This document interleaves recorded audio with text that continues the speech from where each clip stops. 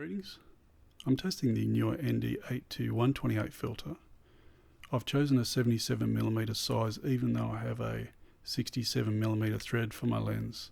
I'm using step-up rings with a larger filter size. Here's the case that comes with the filter.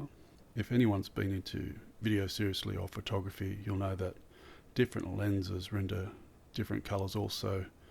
This filter does have a colour cast. For myself, I perform a white balance and let the camera correct for that. Here we can see the Neewer branding on the filter. It's nice and clear to see. Also the dots to indicate the minimum through to the maximum setting of the 3 to 7 stop filter. From the ND8, the minimum to the next mark has a longer throw and gets shorter towards the maximum ND128, the 7 stops of the filter. To me it feels well made like other filters I've tested. I do like the way it's easy to rotate with little resistance, but seems secure enough if I touch or knock the filter, that it's not too loose and gets shifted out of position. Feels like a precision piece of glass like other filters that I've tested, like the K&F filters. Yeah, I do like the way it rotates, it's not so stiff, and a nice one-handed operation. Here I have a step-up ring, a 67 to 77mm.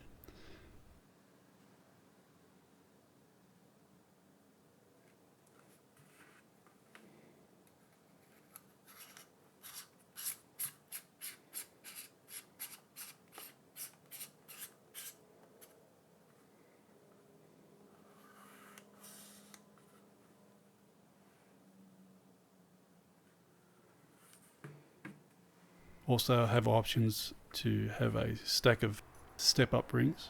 Here another way to use step-up rings. I have a set here from 49 to 77. I have other lenses that I use. It comes in quite handy when I have want to adapt one of the filters to the other lenses. Here also you can just use a 67 to 77 and just stack them. Yeah, it's good to have a set like this. I'm happy with the set that I chose. Reasonably inexpensive. Here's something to compare it to, is a K&F CPL filter. The K&F filters seem to have a lot more resistance. I do like the fact that it's easy to rotate the Neewer filter, but this filter is definitely staying with me. I'm sticking with the 67mm size for the lens because it's not a neutral density filter. Also for sharpness for video, I'm not testing for sharpness as the Panasonic S5 is quite sharp. If anything, in video I need to reduce the sharpness, especially when filming people. During these tests I'll be using two profiles, one standard in the Canon 70D here and Cine style, to see if there's any variations between the picture profiles while I'm conducting the test. Also the Panasonic S5 I'll be using standard and Vlog. They'll be the same test across the board. Every time I increase the ND filter to its mark, I will check the meter and increase the ISO to zero the meter back out to see how accurate and consistent these markings are on the ND filter. So at the moment we're on 2.0 aperture, ISO 640. We have a constant light source here for the test. And I'll start the test. I'll go from the ND8 to the first marking. Try and do this as accurate as I can. I'll press the shutter on the Canon and we're -1 stop on the first marking. I'll increase the ISO value to 1250. I'll check the meter. We're back to 0 on the meter. I'll go to the next marking. There, get as accurate as I can. And again, -1 stop. So I'll increase the ISO value 1 stop. 2500, I'll check the meter, and we're zeroed back out on the meter on the Canon 70D. Let's go to the next one. And it gives us -1 stop again. Increase the ISO. 5000, and the meter zeroed out again. The last stop has a hard stop at the end. meter says -1 stop. So I'll increase the ISO to 10,000 and we are zeroed out on the meter. So good result. I'm going to lower the ISO value to 640 and then I'm going to go from the maximum back to the minimum, ND8, to see if it zeroes back out on the meter. And I'll do this all during the test.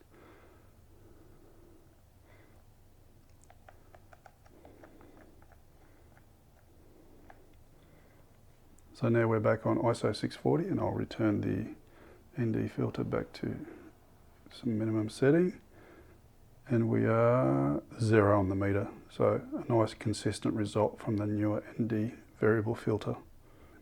Now we're in the Cine style on the Canon 70D that they have. It's not exactly a log profile, but this is what they have for the Canon 70D for many years. I'll conduct the same tests on aperture 2.0, ISO 640, and I'll start by changing to the first marking, do it as accurate as I can, and we're -1 stop. Increase the ISO again, 1250, and we're back to 0 on the meter. Go to the next one, as accurate as I can, -1 stop again. Increase the ISO, 2500, and we're zeroed back out on the meter. Next one. We are at -1 stop again. Increase the ISO to 5000. We're zeroed back out on the meter again. The last stop, hard stop at the end, and -1 stop. Increase the ISO to 10,000. Back on 0 on the meter. Now I'll do the same again, back to ISO 640. And take the ND filter from 128 to ND8. See if it zeroes back out. And zeroed out on the meter on the Canon 70D. So a nice consistent result again in both of the picture profiles.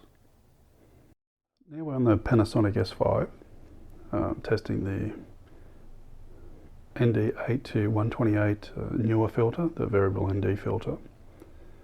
The aperture is 2.0. I'm 0 on the meter and ISO 640.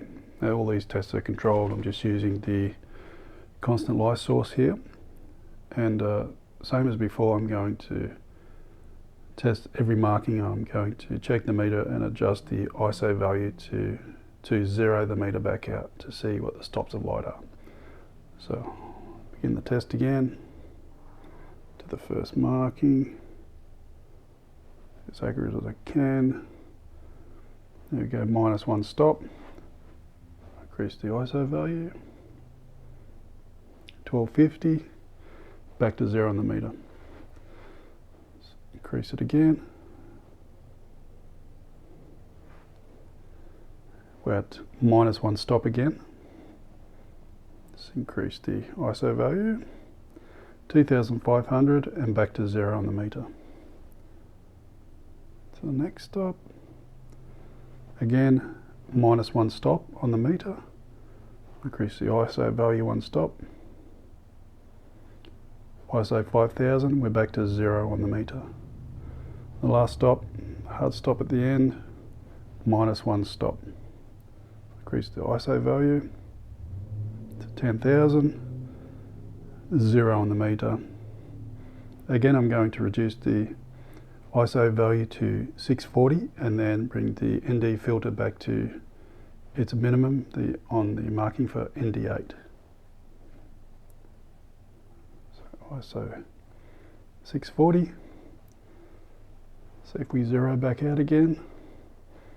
And I'm 0 on the meter. So it's been a good result, consistent result with the Neewer ND filter ND8-128, the 3 to 7 stop filter. And now on the Panasonic S5, I have Vlog on. I'm using the LUT assist, the nicest LUT from Panasonic. I have the aperture 2.0, the meter is set to 0 again, and ISO 640, so all is the same. I'll just start to go through the ranges again, as close as I can get to the mark. So the first one is -1 stop. So I'll increase the ISO, 1250, and back to 0 on the meter. Next one, on the marking, -1 stop. So I'll increase the ISO value again, 2500, and back to 0 on the meter. Next one, close as I can get it, -1 stop. So I'll increase the ISO value again, 5000, back to 0 on the meter. So the last stop, the hard stop at the end, and again, -1 stop. So 1, 2, 3, 1 stop. ISO 10,000, back to 0 on the meter. And again, I'll perform the back to ISO 640 and see if it zeroes back out again when it goes from ND128 to ND8. There, and we're back to 0 on the meter. So a good consistent result from the Neewer filter. At f22, one stop over, filming a blue sky. I'm keeping an eye on the waveform. It's relatively straight. The light isn't super even, but it's very close. I'm filming a bright blue sky to see the effects of the ND filter, the ND1000 from K&F, to see how much it changes the waveform. Also the image quality. I know this has a problem in video. And also the Neewer ND8-128. And I'm going to keep an eye on the waveforms and how the image quality changes during the video. So I'll just put this on now. I'll cut all this out, and it's going to increase the ISO value to get the right exposure. I'll drop the aperture to start with, 1.8.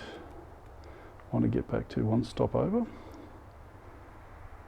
Okay, so 1600, 1.8. Okay, manual focus, just filming a blue sky. So there is a bit of curvature in the waveform. I've taken some photos that I'll put up, and each filter, the 2 filters and the Panasonic without the filter. And yeah, so we'll see what the image quality is like. If I drop it down to 0 on the meter, which is more like it, the image starts to break up in the corners a lot more color noise. So I'll just increase it to 1 stop again. There we go, have a look into the corners, the sides. Okay, now I'm going to change over to the variable ND from Neewer. So this was the K&F ND1000 10-stop filter. Okay, we're on the maximum setting of the